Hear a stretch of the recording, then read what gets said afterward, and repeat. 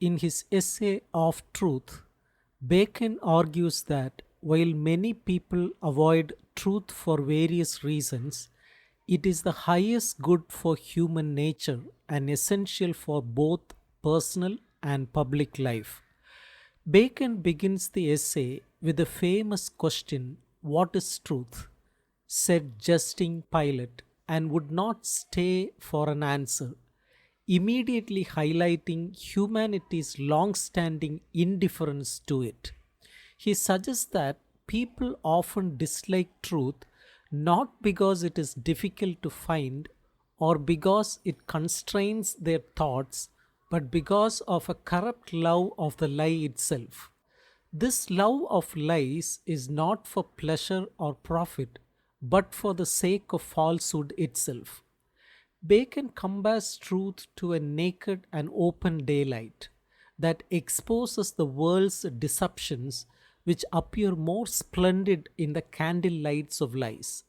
A mixture of a lie does ever add pleasure, he states, suggesting that without the comfort of vain opinions, flattering hopes, false valuations, people's minds would be poor, shrunken things.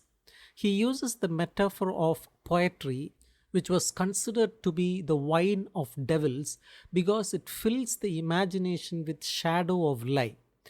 However, he clarifies that the real harm comes not from a lie that passes through the mind, but one that sinks in and settles in it. Despite this human inclination towards falsehood, Bacon says that truth is the sovereign good of human nature.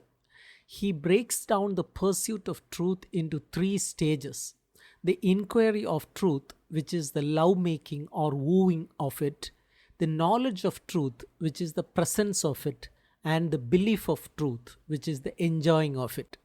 To emphasize truth's importance, he connects it to divine creation.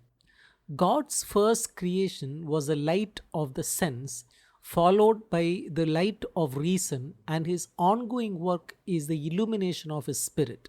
This parallels how God first breathed light into chaos and then into the face of man.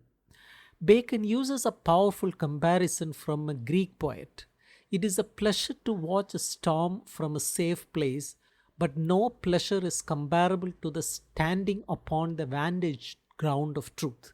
From this high hill, one can see the error and wanderings and miss and tempest in the vale below.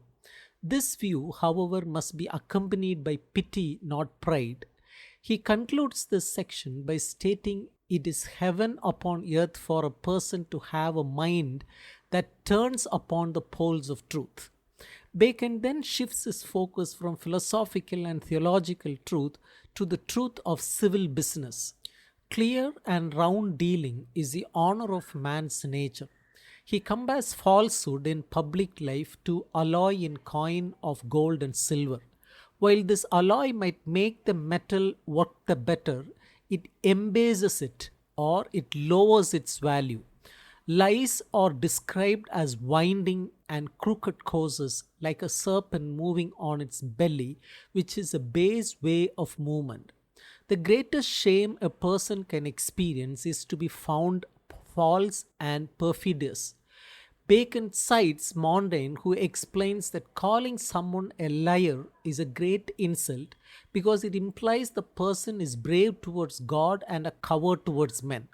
This is because a lie is an affront to God but is told out of fear of men. The ultimate condemnation of falsehood, Bacon concludes, is the prophecy that when Christ returns, he shall not find faith upon the earth.